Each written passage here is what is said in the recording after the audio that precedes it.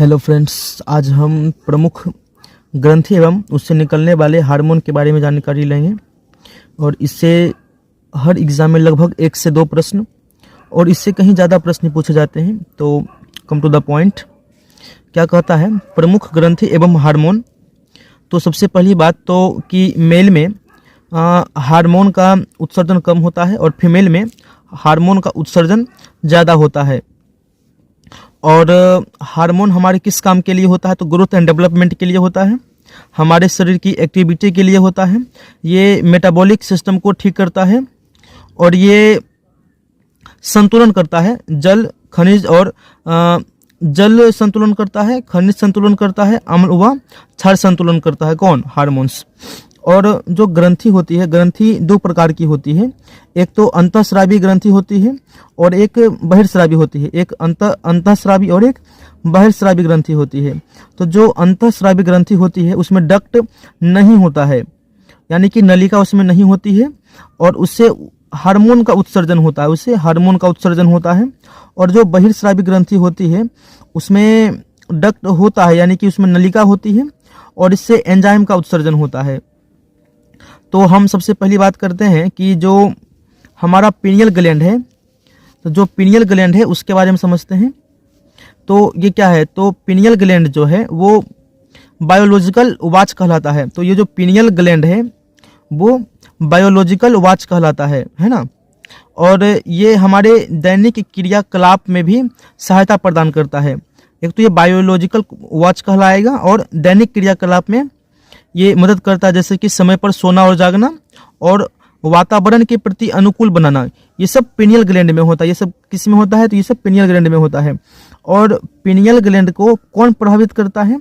तो लंबी दूरी का हवाई यात्रा, लंबी दूरी का जो हवाई यात्रा है वो पीनियल ग्लैंड को प्रभावित करता है और इसके समस्या को बोलते हैं जेट लैग, और इसे कहा जाता है जेट लैग। क्या कहते हैं इसे? Jet lag. और पीनियल ग्लैंड से ही मेलाटोनिन हार्मोन रिलीज होता है, जो कि नींद के लिए बेहद जरूरी है। तो पीनियल ग्लैंड से ही क्या रिलीज होता है? मेलाटोनिन हार्मोन, जो कि नींद के लिए बेहद जरूरी है। तो पीनियल ग्लैंड कहाँ होता है? तो पीनियल ग्लैंड जो है हमारे मस्तिष्क में होता है। तो जहाँ पर पिट्यूटरी ग्लैंड होता है उसके जस्ट ऊपर पीनियल ग्लैंड होता है। हमारे पिट्यूटरी ग्लैंड के जस्ट ऊपर पीनियल ग्लैंड होता है। तो पीनियल ग्लैंड के बारे में समझते हैं। तो ये जो पीनियल ग्लैंड होता है उसे हम पीयूष ग्रंथि भी कहते हैं और उसे मास्टर ग्रंथि भी कहा जाता है। इसे क्या कहा जाता है? पीयूष ग्रंथि या मास्टर ग्रंथि। तो पिट्यूटरी ग्लैंड जो है ये मेल में कम रिलीज होता है और फीमेल में ये ज़्यादा रिलीज होता है। तो ये पिट्यूटरी ग्लैंड होता कहाँ है? तो हमारे खोपड़ी में कुल कितनी हड्डियाँ होती है? हमारा जो कपाल होता है उसमें अस्कल में 8 हड्डियाँ होती है ना। तो एक होता है फ्रंटल बोन, एक होता है ऑक्सीपिटल, एक होता है एथमायड, एक होता है स्फिनायड और 2 हड्डियाँ होती है टेम्पाडल और 2 पैराइटल। तो जो स्फिनायड है, तो ये जो पिट्यूटरी ग्लैंड है वो स्फिनायड गड्ढे में मौजूद होती है। तो पिट्यूटरी ग्लैंड कहाँ मौजूद होती है? तो पिट्यूटरी ग्लैंड जो है हमारे खोपड़ी के स्फिनाइड गड्ढे में मौजूद होती है। और ये काम क्या करती है? मुख्य तौर पर पिट्यूटरी ग्लैंड ये ग्रोथ एंड डेवलपमेंट का काम करती है। कौन सा काम करती है? तो ये ग्रोथ एंड डेवलपमेंट का काम करती है। तो हमारा जो हाइपोथैलेमस होता है और ये जो पिट्यूटरी ग्लैंड है दोनों आपस में एक साथ ही दोनों होते हैं। और हाइपोथैलेमस जो है वो कंट्रोल किसे करता है? तो हाइपोथैलेमस जो है वो कंट्रोल करता है पिट्यूटरी ग्लैंड को, और पिट्यूटरी ग्लैंड जो है और सभी ग्लैंड को कंट्रोल करता है। तो ऐसा हम बोल सकते हैं कि हाइपोथैलेमस जो है इनडायरेक्टली सभी ग्लैंड को कंट्रोल कर रहा है ना, क्योंकि हाइपोथैलेमस किसे कंट्रोल करता है? पिट्यूटरी को, और पिट्यूटरी जो है वो ऑल ग्लैंड को कंट्रोल कर रहा है। लेकिन एक ग्लैंड ऐसा भी है जो कि पिट्यूटरी ग्लैंड से स्वतंत्र भी काम कर सकता है। वो कौन सा है? वो है पैराथायराइड। कौन सा है? पैराथायराइड, जो कि फ्री ऑफ ऑल ग्लैंड कहलाता है ना, वो सभी ग्लैंड से फ्री काम कर सकता है। तो पिट्यूटरी ग्लैंड से निकलने वाले कुछ हार्मोन के बारे में समझते हैं, है ना। तो पिट्यूटरी ग्लैंड से कुछ हार्मोन कौन सा निकलता, रिलीज होता है? तो हम जैसे कि बात करते हैं कि ये जो होता है सोमैटोट्रोपिक हार्मोन, STH हार्मोन। तो सोमैटोट्रोपिक हार्मोन क्या करता है? तो अगर सोमैटोट्रोपिक हार्मोन जो है अगर वो बच्चा में रिलीज होवे, अगर ये जो सोमैटोट्रोपिक हार्मोन जो है वो बच्चों में कम रिलीज होवे तो ड्वार्फिज्म की समस्या देखी जाती है। ड्वार्फिज्म बोले तो बौनापन की समस्या देखी जाती है। और ये जो बड़ों में अगर सोमेटोट्रोपिक हार्मोन कम रिलीज हो तो वो साइमंड रोग इससे उत्पन्न होता है। इससे कौन सा रोग उत्पन्न होता है, उससे कहते हैं साइमंड रोग। इसमें क्या होता है कि हमारा टिश्यू प्रभावित होता है और समय से पहले बुढ़ापा आ जाता है। और ये जो सोमेटोट्रोपिक हार्मोन जो होता है इसका आकार जब ये जो अधिक रिलीज होता है बच्चों चाहे बड़ों दोनों में, तो इससे जो बीमारी होती है उसको बोलते हैं एक्रोमेगेली। तो इसे क्या कहते हैं, तो इसे कहते हैं एक्रोमेगेली कहा जाता है, और इसे कहा जाता है भीमकायतु। तो एक्रोमेगेली या भीमकायतु इसे कहा जाता है। तो हम अगर बात करें कि ये जो गोनेडोट्रोपिक हार्मोन है, जीटीएच हार्मोन, गोनेडोट्रोपिक हार्मोन, ये क्या है कि महिलाओं में अधिक स्रावित होती है और पुरुषों में इसका स्रावन कम होता है ना। तो ये क्या करता है कि महिलाओं में जनन ग्रंथि को एक्टिव करता है। एग्जाम्पल के तौर पर ओवरी को एक्टिव कौन करता है, तो गोनेडोट्रोपिक हार्मोन। ये पुरुष में कम रिलीज होता है और उसके भी जनन ग्रंथि को ये एक्टिव करता है, जैसे कि टेस्टिस को ये एक्टिव करता है कौन, गोनेडोट्रोपिक हार्मोन। ठीक है, उसके बाद हम बात करते हैं लेक्टोजेनिक हार्मोन की हम बात करते हैं। तो लेक्टोजेनिक हार्मोन भी जो है वो महिलाओं में अधिक रिलीज होता है और पुरुषों में कम रिलीज होता है। तो लेक्टोजेनिक हार्मोन को ही क्या कहते हैं, इसे कहते हैं दुग्ध निर्माण करने वाला हार्मोन, है ना। इसे क्या कहते हैं, तो दुग्ध निर्माण करने वाला हार्मोन, और ये मिल्क इजेक्टर हार्मोन कहलाता है। तो लेक्टोजेनिक हार्मोन जो है ये मिल्क इजेक्टर हार्मोन कहलाता है, और ये मिनार्की और मोनोपोज को कंट्रोल करता है। तो लेक्टोजेनिक हार्मोन जो है ये मिनार्की और मोनोपोज को कंट्रोल करता है। और नेक्स्ट हार्मोन जो है ये क्या कहलाता है, तो नेक्स्ट हार्मोन कहलाता है ऑक्सीटोसिन हार्मोन। तो ऑक्सीटोसिन हार्मोन जो है ये भी महिलाओं में अधिक उत्सर्जित होता है और पुरुषों में कम उत्सर्जित होता है। और ये महिलाओं में लेबर पेन को कम करता है और बच्चे के जन्म को आसान बनाता है, इसीलिए इसे हम बर्थ हार्मोन कहते हैं। और ऑक्सीटोसिन को लव हार्मोन भी कहा जाता है, और ये हमारे बेहतर मूड और सही निर्णय लेने के लिए भी डिसाइड करता है। कौन सा, बेहतर मूड और सही निर्णय लेने में भी डिसाइड करता है कौन सा, तो ऑक्सीटोसिन हार्मोन। और इसे मिल्क इजेक्टर हार्मोन किस लिए कहते हैं, क्योंकि ये भी दुग्ध उत्पादन में सहायता प्रदान करता है लेक्टोजेनिक की भांति। और इसका दुरुपयोग वर्तमान में कहाँ हो रहा है, तो मानव दुर्व्यापार में इसका दुरुपयोग हो रहा है, फल सब्जी व्यापार में इसका दुरुपयोग हो रहा है, और दुग्ध उत्पादन में भी इसका दुरुपयोग हो रहा है।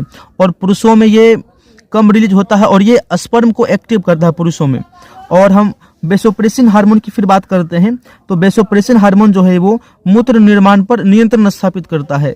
वेसोप्रेसिन हार्मोन जो है ये मूत्र निर्माण पर नियंत्रण स्थापित करता है। उसके बाद अगर हम नेक्स्ट ग्लैंड की बात करें तो क्या होता है, एक मिनट, तो एड्रिनल ग्लैंड जो होता है, एड्रिनल ग्लैंड, उसे हम हिंदी में बोलते हैं अधिवृक्क, यानी कि ये हमारा वृक्क यानी कि ये हमारा किडनी है। तो किडनी के ऊपर यानी कि हमारे वृक्क के, ये वृक्क यानी कि किडनी है, तो वृक्क के ऊपर एक जोड़ी पाई जाती है, उसे अधिवृक्क बोलते हैं, यानी कि एड्रिनल ग्लैंड, है ना। तो वृक्क के ऊपर एक जोड़ी पाई जाती है ये वाला। तो एड्रिनल ग्लैंड से जो है ये चार प्रकार का काम करती है। तो इसे हम 4S ग्लैंड भी कहते हैं। इसे क्या कहते हैं, तो एड्रिनल ग्लैंड को हम 4S ग्लैंड कहते हैं। तो 1S 2S 3S और 4S। तो 1S का मतलब होता है शुगर, यानी कि ये कार्बोहाइड्रेट का पाचन करता है, यानी कि ये S का मतलब साल्ट का पाचन करता है, ये सोर्स ऑफ एनर्जी है, और ये सेक्स हार्मोन को एक्टिव करता है। और फिर उसके बाद हम बात करते हैं एड्रेनलिन हार्मोन या एपिनेफ्रिन हार्मोन, एड्रिनेलिन हार्मोन या एपिनेफ्रिन हार्मोन, है ना। तो एड्रिनेलिन या एपिनेफ्रिन हार्मोन क्या है, तो इसके उत्सर्जन से हमारा ब्लड शुगर बढ़ जाता है ना। इसके उत्सर्जन से एड्रेनलिन हार्मोन के उत्सर्जन से हमारा ब्लड का जो शुगर है वो बढ़ जाता है। और एड्रेनलिन हार्मोन को ही क्या कहते हैं, इमरजेंसी हार्मोन कहा जाता है, क्योंकि यह जो है ना अत्यधिक डर, गुस्सा और खुशी की स्थिति में रिलीज होती है। तो एड्रेनलिन हार्मोन जो है वो अत्यधिक डर, गुस्सा और खुशी में उत्सर्जित होती है, इसीलिए इसे इमरजेंसी हार्मोन कहा जाता है। और इसे लड़ो उड़ो और भागो हार्मोन भी कहते हैं। क्यों, क्योंकि यह बहुत जल्द ही रिलीज होती है और बहुत जल्द ही इसका प्रभाव समाप्त हो जाता है ना। और एड्रिनेलिन हार्मोन के उत्सर्जन से ही रोंगटे खड़े होते हैं। एड्रिनेलिन हार्मोन के उत्सर्जन से ही क्या होते हैं, तो रोंगटे खड़े होते हैं। और एड्रिनेलिन हार्मोन जो है अगर ये रिलीज होता है तो ये क्या करता है कि हमारे बीपी को कंट्रोल करता है, हार्ट बीट को कंट्रोल करता है और शारीरिक संतुलन को यह कंट्रोल करता है। कौन? Adrenaline hormone. उसके बाद नेक्स्ट जो हार्मोन है उसे हम बोलते हैं कोर्टिसोल हार्मोन। तो कोर्टिसोल हार्मोन से क्या क्या होता है, तो इसको हम इस प्रकार से लिखे हैं MSD। तो उसको याद करने के सब तरीके से बनाए हैं कि महेंद्र सिंह धोनी करके बनाए हैं इसमें। तो M से क्या होता है? मेटाबॉलिक, यानी कि ये हमारे उपापचय क्रिया को भी कंट्रोल करता है, जैसे कि ये वसा के पाचन में भूमिका निभाता है, कार्बोहाइड्रेट के पाचन में भूमिका निभाता है, प्रोटीन के पाचन में भूमिका निभाता है। ये S का मतलब ये सूजन को कम करता है। D का मतलब क्या है? रक्तदाब पर नियंत्रण स्थापित करता है ना, कोर्टिसोल। और एक और हार्मोन होता है और इसे कहा जाता है एल्डोस्टेरोन हार्मोन। इसे क्या कहते हैं? एल्डोस्टेरोन हार्मोन इसे कहा जाता है और ये सोडियम पोटेशियम आयन को नियंत्रित करता है। तो एल्डोस्टेरोन हार्मोन क्या करता है कि ये सोडियम और पोटेशियम आयन की मात्रा को नियंत्रित करता है। तो अब हम कुछ इससे रिलेटेड कुछ रोग के बारे में समझते हैं। तो एक होता है कुंसिक रोग और एक होता है एडिशन रोग। तो एक होता है कुंसिक रोग और एक होता है एडिशन रोग। तो कोर्टिसोल की अधिकता के कारण कुंसिक रोग होता है और कोर्टिसोल की कमी के कारण एडिशन रोग होता है। तो ये जो एड्रेनलिन, तो कहीं कहीं पर कोर्टिसोल की अधिकता की जगह पर एड्रेनलिन लिखा होता है और कोर्टिसोल की कमी के स्थान पर एड्रेनलिन की कमी लिखा होता है ना। तो कुंसिक रोग में क्या है कि यह डायबिटीज का खतरा बढ़ता है। कुंसिक रोग में क्या होता है कि डायबिटीज का खतरा बढ़ता है।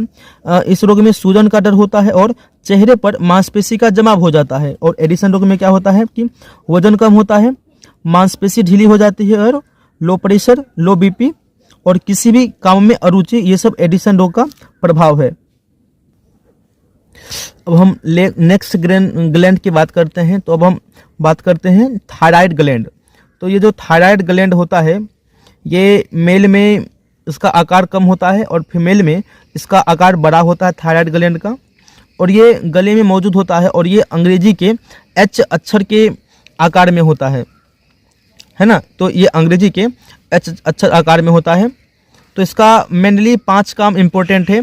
ये ग्रोथ एंड डेवलपमेंट का काम करता है, ये मेटाबॉलिक सिस्टम को कंट्रोल करता है ना। तो क्या है ये हो जाएगा कार्बोहाइड्रेट, प्रोटीन, वसा, इसको शॉर्ट फॉर्म में ऐसे ही लिखे हैं। तो कार्बोहाइड्रेट, प्रोटीन, वसा है ना, मेटाबॉलिक सिस्टम को ये कंट्रोल करता है।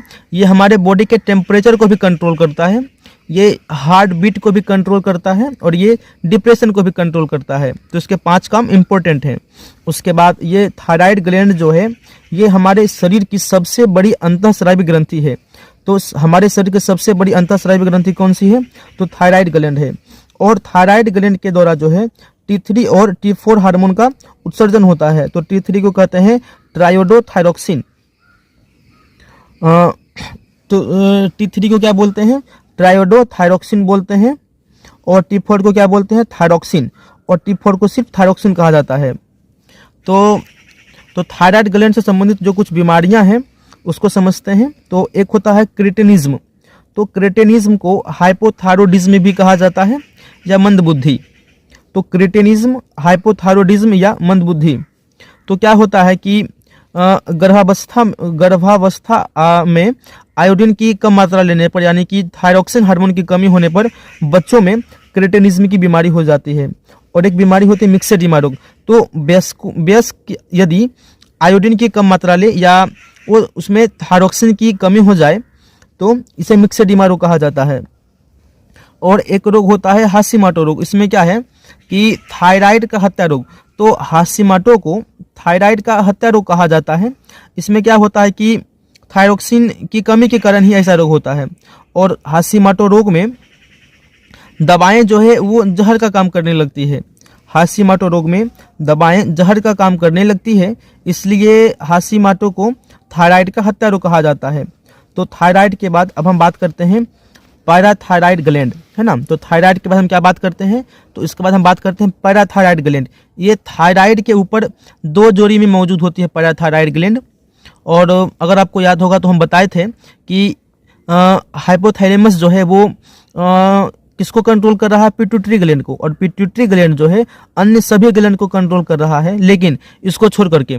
तो पैराथायराइड ग्लैंड जो है स्वतंत्र भी कार्य कर सकता है। तो चूंकि कंट्रोल इसे भी करता है, लेकिन अगर ये चाहे तो ये स्वतंत्र भी काम कर सकता है। तो पैराथायरॉक्सिन हार्मोन जो है, पैराथायराइड ग्लैंड के द्वारा पैराथायरॉक्सिन हार्मोन का उत्सर्जन होता है, और इसे पैराथार्मोन भी कहा जाता है, तो अगर पैराथार्मोन में कमी हो जाए और पैराथार्मोन में अधिक उसका उत्सर्जन हो जाए तो क्या होगा? तो अगर कमी होगा तो मांसपेशी का जो कैल्शियम और फास्फोरस है वो मांसपेशी से निकल करके हड्डी में चला जाएगा, और इस प्रकार हमारे हड्डी में कैल्शियम और फास्फोरस की अधिकता हो जाएगी। इस प्रकार अगर हमारे मांसपेशी में कैल्शियम और फास्फोरस की कमी हो गई तो मांसपेशी में जो रोग हो जाएगा उसको बोलेंगे टिटेनी, और मांसपेशी का जो कैल्शियम और फास्फोरस है वो बोन में आकर के जमा हो जाएगा। इस प्रकार हमारी हड्डियों में कैल्शियम और फास्फोरस अधिक मात्रा में हो जाएगी। तो और इस प्रकार जो हमारी हड्डियों में बीमारी होगी उसे क्या कहेंगे? ऑस्टियोपोरोसिस। तो उसे क्या कहा जाएगा? ऑस्टियोपोरोसिस।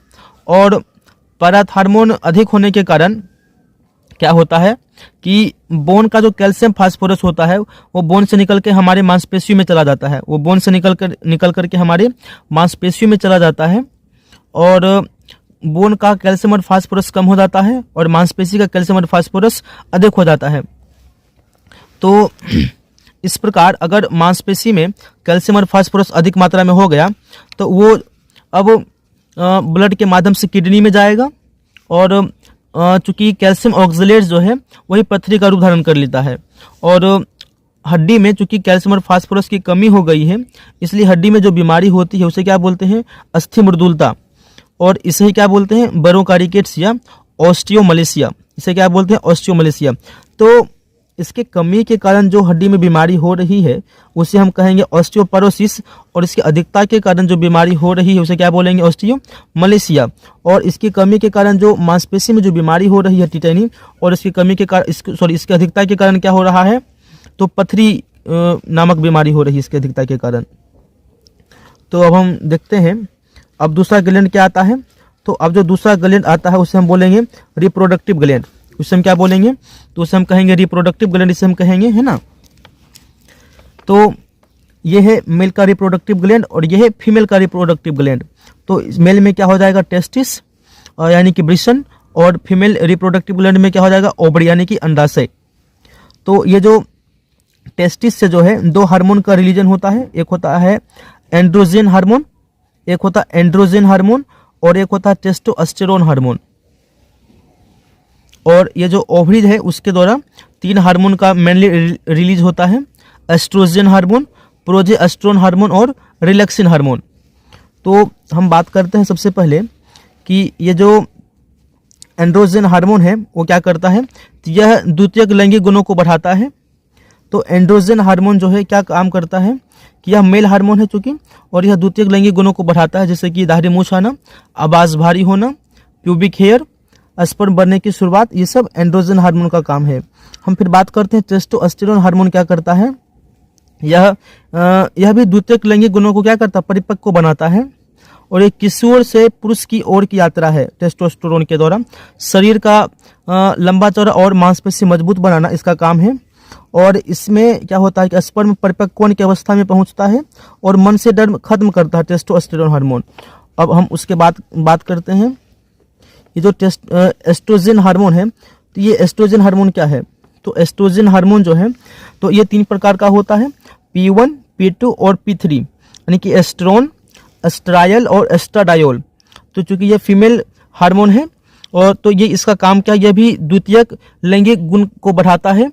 ये इसका काम क्या है? तो यह स्तनों में उभार, प्यूबिक हेयर, आवाज पतला करना, अंडाणु के उत्सर्जन के लिए जिम्मेदार, ये सब एस्ट्रोजन का काम है। हम बात करते हैं उसके बाद हम जो होता है प्रोजेस्टेरोन हार्मोन। तो प्रोजेस्टेरोन हार्मोन को हम P4 हार्मोन कहते हैं, और ये किशोरावस्था में स्रावित होती है, और गर्भधारण की क्षमता का विकास भी प्रोजेस्टेरोन के द्वारा होता है, और इसीलिए इसे प्रेगनेंसी हार्मोन कहा जाता है। किसे? तो प्रोजेस्टेरोन को प्रेगनेंसी हार्मोन भी कहा जाता है। और एक होता है रिलैक्सिन हार्मोन, और ये भी लेबर पेन को कम करता है, और इसीलिए इसे भी बर्थ हार्मोन भी कहा जाता है। तो रिलैक्सिन हार्मोन को भी क्या कहेंगे? तो बर्थ हार्मोन कहेंगे। तो अब एक लास्ट ग्लैंड बचता है और इसे कहते हैं थाइमस ग्रंथि। ये मौजूद कहाँ होता है? तो ये गले के नीचे और वक्ष स्थल पर पाया जाता है, अर्थात ये सीने के पास पाया जाता है और इसका आकार बच्चों में लंबा और वयस्क में छोटा होता है। ये थाइमोसिन हार्मोन का रिलीज करता है और थाइमोसिन हार्मोन जो है थाइमस ग्लैंड के द्वारा रिलीज होता है और ये रोग प्रतिरोधक क्षमता का विस्तार करता है। तो बस इतना ही। और इसमें क्या है कि जितना भी ग्लैंड है और उसके द्वारा उत्सर्जित होने वाले हार्मोन है, सभी इतना में ही कवर हो गया है। तो ठीक है, बस इतना ही।